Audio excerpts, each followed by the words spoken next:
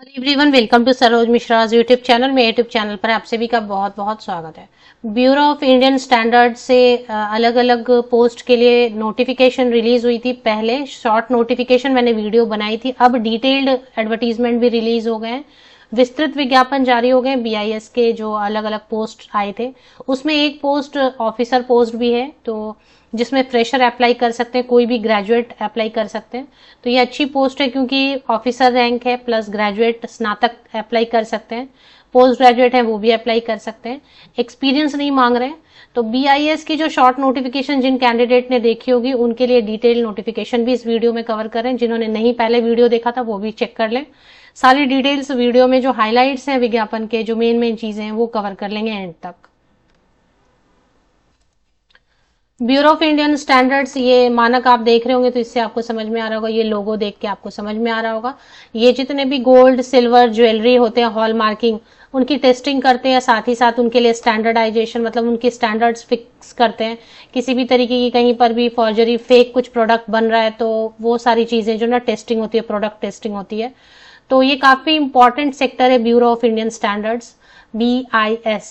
तो short notification आई हुई थी तब मैंने कवर कर दिया था डिटेल, पुराने जो एडवर्टीजमेंट आए हैं 2022 के उससे।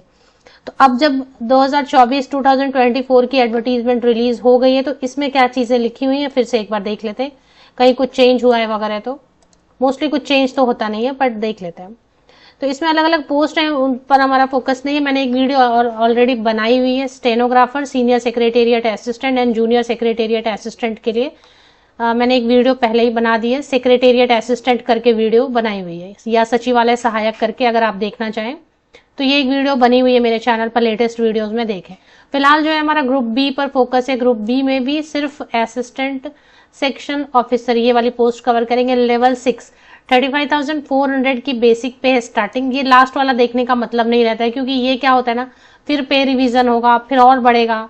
पे रिवीजन तो होता रहता है ना, हर 5 साल पे रिवीजन होता है, तो प्रमोशंस होते हैं। तो अभी फिलहाल जो स्टार्टिंग सैलरी है वो देखते हैं। 35,400 बेसिक पे है।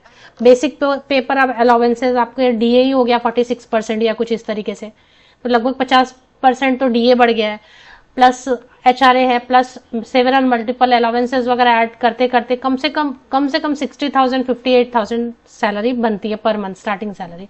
टोटल नंबर ऑफ वैकेंसीज की बात करें तो टोटल 43 वैकेंसीज है। ठीक है, ऑल ओवर इंडिया इसके कितने यूनिट्स होंगे, जहां जहां भी यूनिट्स होंगे वहां पर पोस्टिंग होने वाली है। तो टोटल 43 असिस्टेंट सेक्शन ऑफिसर के लिए पोस्ट है। अभी इनकी डिटेल्स कवर करेंगे। एज लिमिट कितना दिया हुआ है वो देख लेते हैं। असिस्टेंट सेक्शन ऑफिसर के लिए अगर आप अनारक्षित वर्ग से हैं, general category, open category, UR जिसमें लिखा रहता है, तो ऊपरी आयु सीमा अपर एज लिमिट 30 ईयर्स है, मतलब 30 ईयर्स तक के जनरल या अनारक्षित वर्ग के कैंडिडेट अप्लाई कर सकते हैं। अगर आप SC/ST कैंडिडेट हैं या रिजर्व कैटेगरी से हैं तो ऑफकोर्स और भी एज में रिलैक्सेशन भारत सरकार के गवर्नमेंट ऑफ इंडिया नियमानुसार मिलता है। तो वो तो मैं हर वीडियो में बताती रहती हूँ कि कितना है, तो भी फिर से चेक करेंगे। अभी बेसिकली डायरेक्ट रिक्रूटमेंट लिखा है, तो मतलब परमानेंट पोस्ट है, सरकारी नौकरी है, गवर्नमेंट ऑफ इंडिया के अंतर्गत आता है, तो गवर्नमेंट, प्योरली गवर्नमेंट जॉब रहेगी, सेंट्रल गवर्नमेंट की, भारत सरकार की। असिस्टेंट सेक्शन ऑफिसर की ये पोस्ट है। बैचलर डिग्री होना चाहिए, बस कुछ भी नहीं मांग रहे, सिर्फ ग्रेजुएट होना चाहिए किसी भी सब्जेक्ट से। Assistant section officer bachelor degree from a recognised university और मतलब कोई फेक डिग्री नहीं होनी चाहिए, वैलिड होना चाहिए। आपने जहां से जिस कॉलेज से किया उसकी डिग्री वैलिड होनी चाहिए, दैट्स ऑल, जिस कॉलेज या जिस यूनिवर्सिटी से। इसके अलावा एक कंप्यूटर प्रोफिशिएंसी टेस्ट आपको पास करना होगा। बाद में जब भी आप फॉर्म भरेंगे तो टेस्ट होंगे, उसमें आपको ये एग्जाम पास करना होगा। और एक कंप्यूटर प्रोफिशिएंसी, एक और जो है टेस्ट, 2 होंगे टेस्ट, वो आपको पास करना होगा। तो बेसिकली अगर देखा जाए तो अच्छी चीज इसमें ये कि परसेंटेज का प्रॉब्लम नहीं है, प्रतिशत अंक नहीं मांग रहे, कितने प्रतिशत अंक होने चाहिए, परसेंटेज का प्रॉब्लम नहीं है। सर्टिफिकेट आपसे अभी नहीं मांग रहे, टेस्ट लेंगे, टेस्ट आप क्वालिफाई हो जाते हैं कंप्यूटर का तो ठीक है। और ये क्या टेस्ट है इसको अगर आप गूगल करके देखना चाहें तो अलग बात है, लेकिन ऐसे कोई सर्टिफिकेट नहीं मांग रहे हैं, परसेंटेज नहीं मांग रहे हैं। सब्जेक्ट स्पेशलाइजेशन का कोई रेस्ट्रिक्शन नहीं है। अब समझ लें आप ज्योग्राफी से हैं, हिस्ट्री से हैं, म्यूजिक से हैं, कॉमर्स, आर्ट्स, इंजीनियर, कंप्यूटर, किसी भी स्पेशलाइजेशन से, मास कम्युनिकेशन, साइंस, IT, कुछ भी स्पेशलाइजेशन, ग्रेजुएशन में कोई प्रॉब्लम नहीं है, सिर्फ पास होना चाहिए।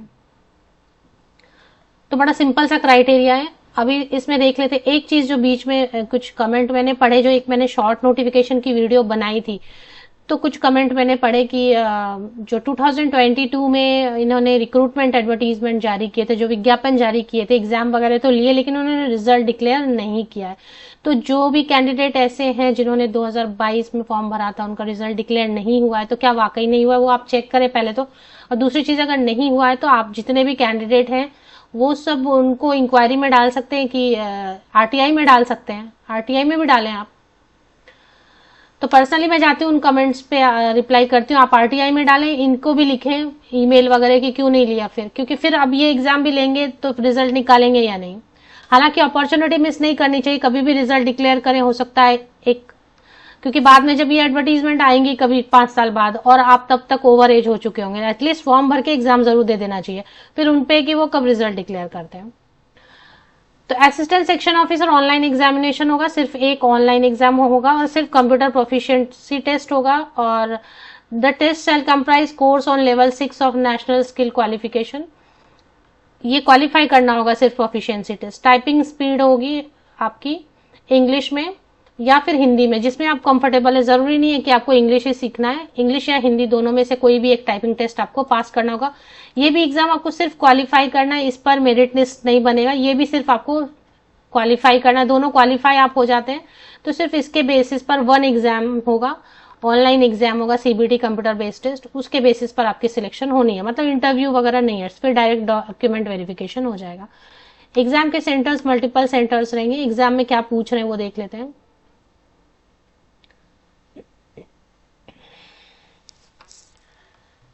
तो ये जो है ना, असिस्टेंट सेक्शन ऑफिसर, यहां पर देख लेते हैं।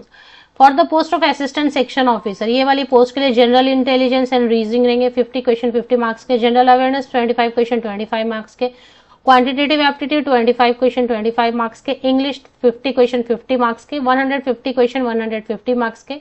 ड्यूरेशन अलग है, मतलब अलग अलग दिया जाएगा सबके लिए, मतलब ये टाइम लिमिट में आपका इंटेलिजेंस रीजनिंग खत्म। अब ये ऐसी चीज है कि आप किसी भी एग्जाम के लिए तो इतना तो आप पढ़ते ही हैं, आप करंट अफेयर पढ़ते हैं, क्वांटिटेटिव, लॉजिक, रीजनिंग, ये सब पढ़ते हैं, इंग्लिश लैंग्वेज आप थोड़ा पढ़ते ही हैं। तो ये ऐसी चीजें है ना कि हर कॉम्पिटेटिव एग्जाम के लिए आप ऐसे भी पढ़ते हैं, तो इतने के बेसिस पे आप फॉर्म भर सकते हैं। अब इंग्लिश में भी एग्जाम होंगे, हिंदी में भी, बाइलिंगुअल होता है exam.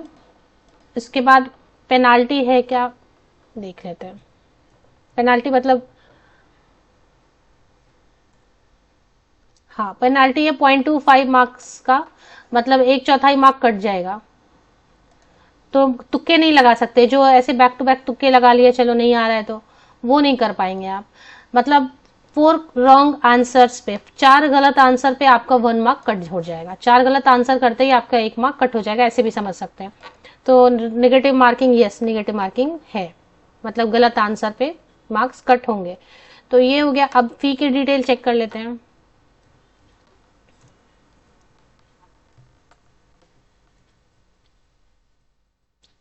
How to apply, registration करना है, फी पेमेंट करना है, डॉक्यूमेंट स्कैन करना है एंड अपलोड करना है। 9 सितंबर से लेके, आज मैं 8 सितंबर को वीडियो बना रही हूँ, अभी पोर्टल ओपन नहीं हुआ। ऑनलाइन आप 9 सितंबर से लेके 38 सितंबर तक ऑनलाइन एप्लीकेशन कर सकते हैं। इसके बाद क्या क्या डॉक्यूमेंट्स लगेंगे, important points to be noted before registration, तो ये आपको पेज नंबर 11 पे देख लेना है। Scan their photograph, signature, left thumb impression, a hand written declaration, signature in capital letter will not be accepted. तो ये सारी चीजें इंपॉर्टेंट जो रजिस्ट्रेशन के वक्त आपको चीजें देखनी है, वो पेज नंबर 12-11 पर आप देख लें। एप्लीकेशन फीस देख लेते हैं कितना दिया हुआ है, और फीस नॉन रिफंडेबल रहेगी, वो किसी भी इसमें कंडीशन में फीस आपको रिफंड नहीं मिलता है। तो ये एक चीज रहेगी। और फीस कितनी ले रहे हैं ये देख लेते हैं। हाँ, फीस की डिटेल दी हुई है पेज नंबर 15 पर। No fee to be paid by SC, ST, PWD on all female candidate and BIS serving employees. तो जितने भी SC कैंडिडेट हैं, ST कैंडिडेट हैं, PWD कैंडिडेट हैं, जितने भी महिलाएं हैं, उनके लिए फीमेल कैंडिडेट ऑल कैटेगरी, किसी रिजर्व कैटेगरी नहीं, all female candidate no fee, all SC ST all PWD candidate no fee. तो फीस बाकी जो कैंडिडेट है वो है मेल पुरुष अभ्यर्थियों के लिए, मेल कैंडिडेट्स के लिए, जो जनरल कैंडिडेट है मेल, जो OBC मेल कैंडिडेट है, जो EWS मेल कैंडिडेट है, उनके लिए फीस रहेगी आपकी 500 रुपया। ऑनलाइन एग्जामिनेशन टेंटेटिवली नवंबर में हो सकता है, नवंबर में कभी भी हो सकता है, नवंबर में नहीं हुआ तो दिसंबर में हो जाएगा। तो नवंबर दिसंबर में एग्जाम होंगे इसके। 9 सितंबर से 38 सितंबर तक आप ऑनलाइन एप्लीकेशन फी पेमेंट कर सकते हैं। एडमिट कार्ड एग्जाम के 10 दिन पहले ही आने वाले हैं। तो ये सारी चीजें मैंने ज्यादातर चीजें जो है ना इंपॉर्टेंट इन्फॉर्मेशन कवर कर दिया। अब ये 72 पेजेस की है तो इसको आप पढ़ लें बैठ के आराम से, काफी टाइम है, 30 सितंबर तक का समय है इसमें। एज में रिलैक्सेशन जो है वो देख लेते हैं एक बार। वो तो जैसे मैंने बहुत सारे वीडियोस बनाए तो सब में मैं एज में रिलैक्सेशन डिस्कस कर ही देती हूँ, फिर भी एज में रिलैक्सेशन जो है ना कवर कर लेते हैं। हाँ, एज में रिलैक्सेशन जिन कैंडिडेट को समझना है, देखना है, वो पेज नंबर 6 विजिट कर सकते हैं। SC ST कैंडिडेट जो है उनके लिए सभी पोस्ट के लिए और फॉर ऑल पोस्ट 5 इयर्स की एज में रिलैक्सेशन है। OBC कैंडिडेट सभी OBC, एक होता है ना नॉन क्रीमी लेयर को कभी कभी देते हैं, बट यहाँ पे for all OBC candidate 3 years age में रिलैक्सेशन है। PWD कैंडिडेट अगर है, जनरल कैंडिडेट, EWS कैंडिडेट, उनके लिए 10 इयर्स की एज में रिलैक्सेशन है। अगर आप PWD किसी रिजर्व कैटेगरी से तो और भी ज्यादा एज में रिलैक्सेशन मिल रही है। एक सर्विसमैन को काफी एज में रिलैक्सेशन मिल रही है, वो देख लें। यहाँ पर महिलाओं के लिए बात कर लेते हैं कि महिलाओं के लिए जो ना ग्रुप C पोस्ट के लिए केवल, तो ग्रुप B के लिए नहीं है, मतलब सेक्शन ऑफिसर के पोस्ट के लिए, क्योंकि यहाँ पे देखिए ग्रुप C पोस्ट के लिए इन्होंने लिखा है ना। तो महिलाओं के लिए, कुछ महिलाओं के लिए है जो विडोज हैं या लेकिन सेक्शन ऑफिसर वाली पोस्ट के लिए नहीं है। तो ये चीज क्लियर होनी चाहिए कि फीमेल, किसी भी फीमेल कैंडिडेट को, किसी भी कैटेगरी के फीमेल महिला अभ्यर्थी को कोई भी एज में रिलैक्सेशन सेक्शन ऑफिसर वाली पोस्ट के लिए नहीं है। बाकी एक और ग्रुप C है, स्टेनोग्राफर, जूनियर सेक्रेटेरिएट असिस्टेंट और सीनियर सेक्रेटेरिएट असिस्टेंट, उसके लिए है। Exam centre all over India बनाए जाएंगे। एग्जाम सेंटर का ये देखें यहाँ पर है।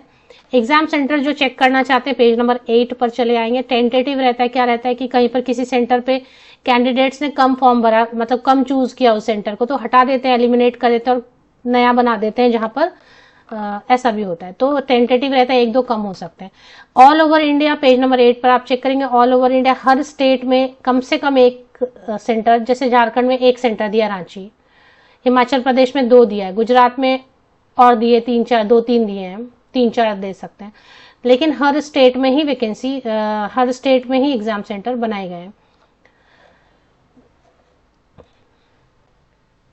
BIS की ऑफिशियल वेबसाइट है, इसमें आप कहीं पर भी करियर अपॉर्चुनिटी लोकेट करेंगे। देखिए करियर अपॉर्चुनिटी, अब मोबाइल में आप ओपन करते हैं तो कैसा दिखेगा, बट मैंने अभी लैपटॉप में ओपन किया, तो ये करियर अपॉर्चुनिटीज पे आप एक बार क्लिक करते हैं तो आपको एडवर्टीजमेंट एंड रिजल्ट दिखाई देता है, उस पर आप क्लिक करेंगे तो एडवर्टीजमेंट और रिक्रूटमेंट जब क्लिक करेंगे तो कई सारे वैकेंसीज आपको दिखेंगे। इसमें आपको advertisement for various post in BIS advertisement number 1/2024 6 सितंबर से लेकर 30 सितंबर व्यू, तो यहाँ व्यू पे क्लिक करेंगे तो एडवर्टीजमेंट ओपन हो जाएगी।